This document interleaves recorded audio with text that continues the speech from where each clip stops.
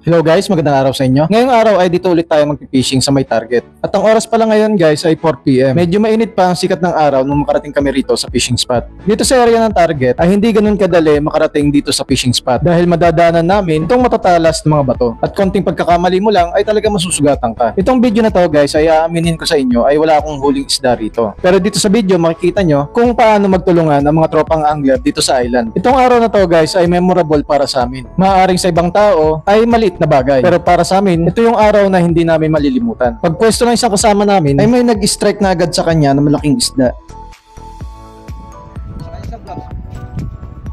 Grabe, mukhang malaki no? Malaki. Nakita mo? Ayun. Oo, tumalon eh. Ayun oh. Woo! Sa pagkakataong ito guys, ay nakita ko na tumalon yung malaking isda. Hindi ko alam kung anong uri ng isda, pero sa aking nakita ay tanigi ito o barakuda. Yung ganso. Nasaan na?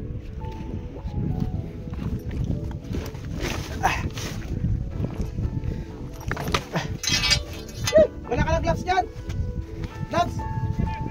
Yung isa eh. Nawala isa. Sa mga oras na to guys, ang nasa isip ko ay bumaba na at pumuesto. At isang pagkakataon lang para mailand namin itong malaking isda. Ayun oh. May pating din. Ayun oh. Hawakan mo. Sumabit. Ang laki. Grabe. Pa. Ayan na. Woo. Grabe. Dali. Okay. Dali. Parang barakuda. Yung ano, yung ulo. Dali. Iangat lang natin dito. Woo!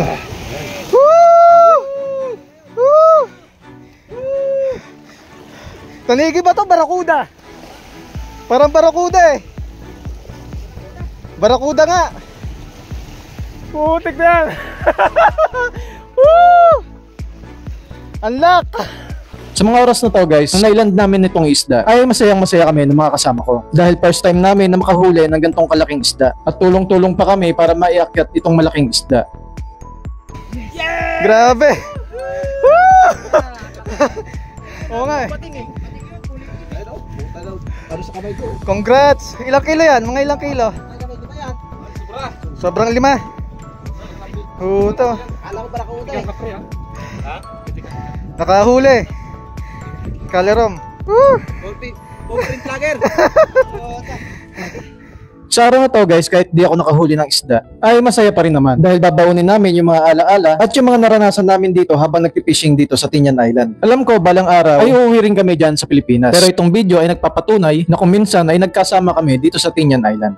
At syempre guys, kung nagustuhan nyo yung mga ganitong video, ay paki-subscribe naman para maging updated ka sa mga susunod ko pang mga video. At hanggang dito na lang ang video na to. Maraming salamat sa panonood and God bless.